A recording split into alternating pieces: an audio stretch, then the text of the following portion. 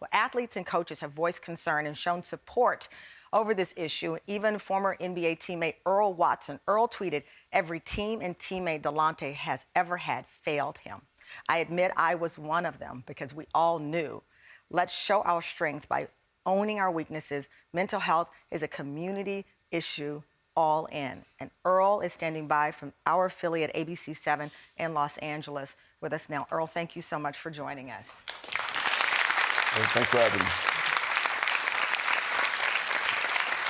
A friend of our show, former Chicago Bulls player Jay Williams, posted Twitter should take it down. He was outraged that people were sharing it, and I just want you to know, because this is your friend, we're not sharing this for the clickbait. We're sharing this because people want to help him. Where is he now? Do you know? It's unknown where he is now, but I think the important context to know about my tweet is before you ever enter the NBA and before you're drafted, you go from team to team that potentially wants to draft you. And what they do is they do intel, they do interviews with, GMs, coaches, professional doctors, and therapists. So it wasn't as if it's a surprise to all. We all knew something was there, and as a younger teammate, I could kind of feel the same thing. You could see the unusual activity. Jameer Nelson, another player, tweeted out Phil Martelli, who was his coach, Kendrick Perkins, several players and coaches are now coming out saying either they've had interaction with him over the past few months or had been trying to help. He's there in that video. Just, it is, you know what my husband always says, whenever you see someone homeless, know that one point that was somebody's baby. That was somebody's baby.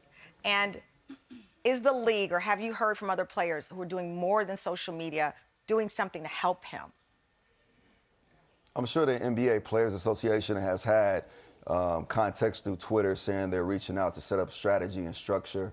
The NBA is a wealth of resources, and here's my only issue with everything is, for one, Delonte is an amazing person.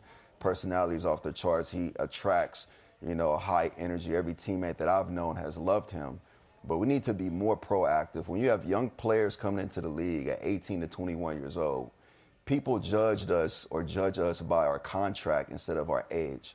We're kids, we're young, and a lot of us come from minority backgrounds where mental health is taboo, so we have to put this on a platform and say, be proactive, don't be retroactive, where we have situations like Delonte reaching out for help at the end where it's very dangerous. You said you played with him, obviously, and you said he was very liked, and I don't know, I don't like asking were there signs, but did you ever feel like he was suffering more than he was sharing?